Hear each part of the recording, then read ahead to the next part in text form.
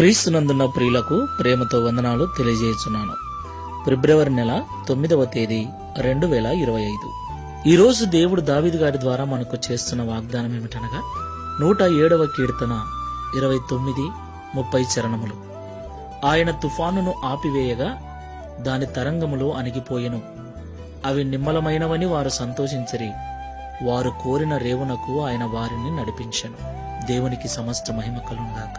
ప్రియులారా, ఇశ్రాయేలు ప్రజలు ఐగుప్తు నుండి కనానుకు బయలుదేరుతున్న సమయంలో వారికి ఎదురుగా వచ్చిన ఎర్ర సముద్రం యొక్క స్థితిని, దాని కెరటాలను ఎలాగ అణిచివేసి వారిని రేవుకు నడిపించారో మనకందరికీ తెలుసు.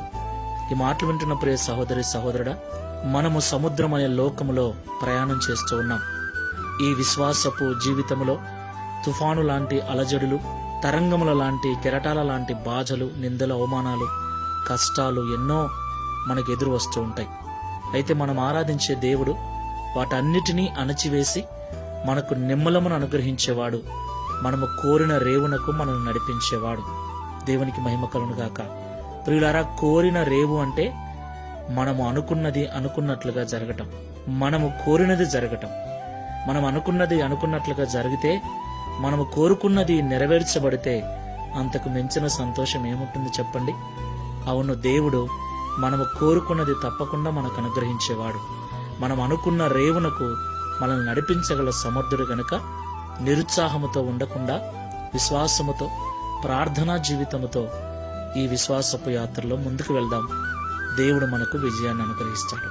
ప్రార్థన చేసుకుందాం.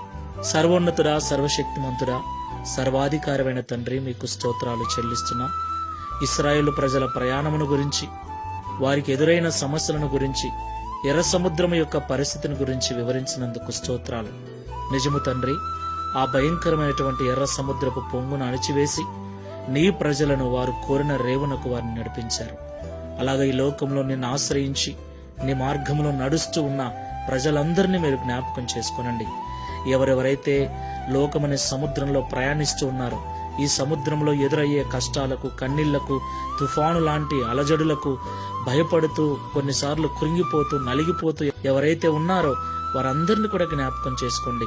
ఇశ్రాయేలు ప్రజలు ఎదురుగా ఉన్న ఎర్ర సముద్రపు పొంగును అణిచిన మీరు, నీ బిడ్డలమైన మా ఎదురుగా ఉన్నటువంటి తుఫాను లాంటి సమస్యలను, అలల లాంటి అలజడులను మీరు తొలగించి మమ్మల్ని కూడా కోరిన రేవునకు నడిపించమని ప్రార్థన చేస్తున్నాం.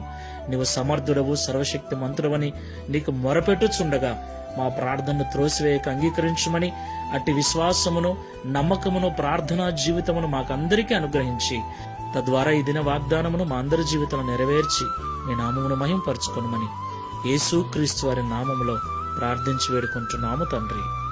ఆమేన్. Praise the lord. God bless you.